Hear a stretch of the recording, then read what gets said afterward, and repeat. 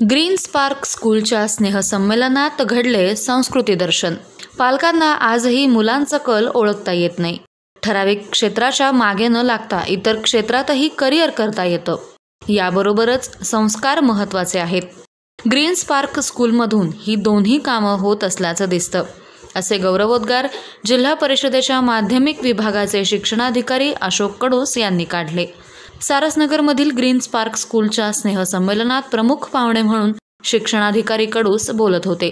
यावेळी माजी नगरसेवक प्रकाश भागानगरे, निवाड्स BBA विभाग प्रमुख डॉक्टर मंगेश वाघमारे, मुख्याध्यापक हेमलता पाटील, ज्येष्ठ कवी चंद्रकांत पालवे, सामाजिक कार्यकर्ते जालिंदर बोरुडे, मुंबईतील सेक्रेड हार्टचे प्रमोद नेरकर आदी उपस्थित होते। ग्रीन स्पार्कचे पांडुरंग पाटील यांनी पाहुण्यांचं स्वागत केलं। भागानगरे म्हणाले, सारसनगर भागाला ग्रीन स्पार्कच्या चिमुरड्यांनी केलेल्या सांस्कृतिक कार्यक्रमातून ऊर्जा मिळाली आहे। अशा शाळांतून संस्कारी पिढी घडतीये याचा अभिमान आहे।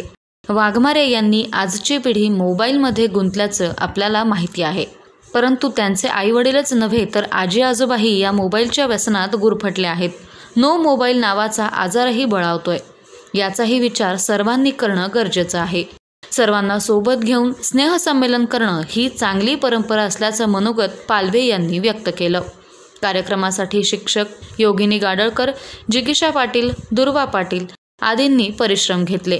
सूत्रसंचालन अमोल वागुल आणि गणेश भगत यांनी केले। ओवी वासुदेव आणि सांस्कृतिक कार्यक्रमात मुलांसोबत त्यांच्या आईबाबा आणि आजी आजोबांनीही सहभाग घेतला।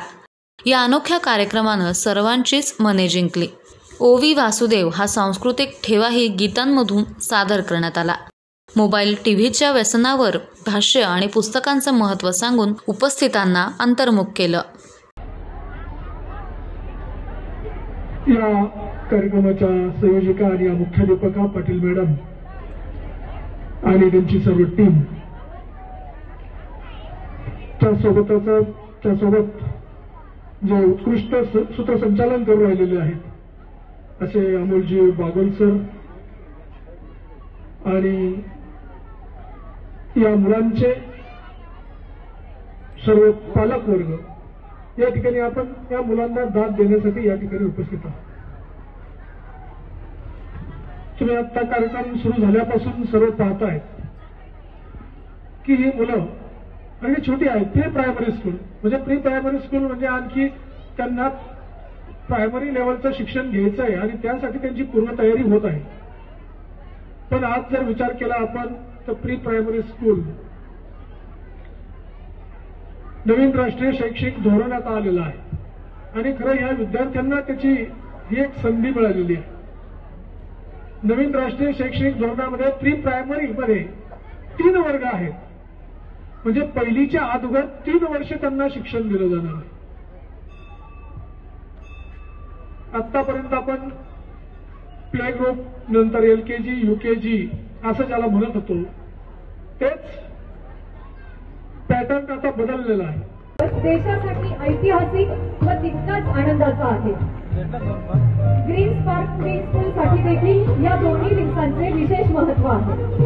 महात्मा गांधीजींनी डू स्मॉल थिंग्स ग्रेटली या उक्तीने आपल्याला उद्बोधन केलेलं आहे। आपल्यासारख्या दिग्गज व्यक्तिमत्वांचा मोठा मान मरातब असलेल्या पाहुण्यांमुळे आमच्या ग्रीन स्पार्क प्री स्कूलची सुरुवात फार मोठी झालेली आहे। त्यामुळे आरंभही प्रचंड आहे। या ओळीला नक्कीच आम्ही न्याय देऊ।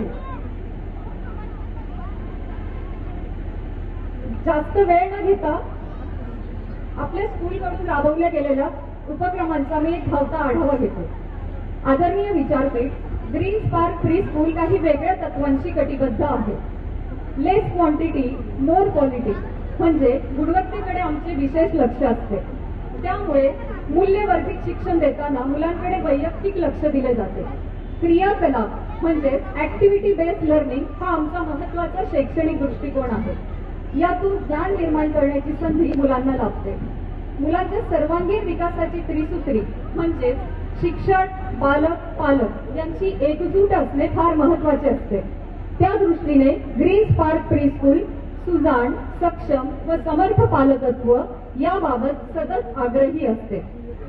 हल्ली नर्सरी पासूनची मुले शिकवणीला जाताना दिसतात। आपले स्कूल नो ट्युशन पॅटर्न राबवते. आमचा कोणताही विद्यार्थी शिकवलेला जात नाही. बालमानसशास्त्र ही संकल्पना आपल्याकडील शिक्षक व पालकांमध्ये रुजवली जाते.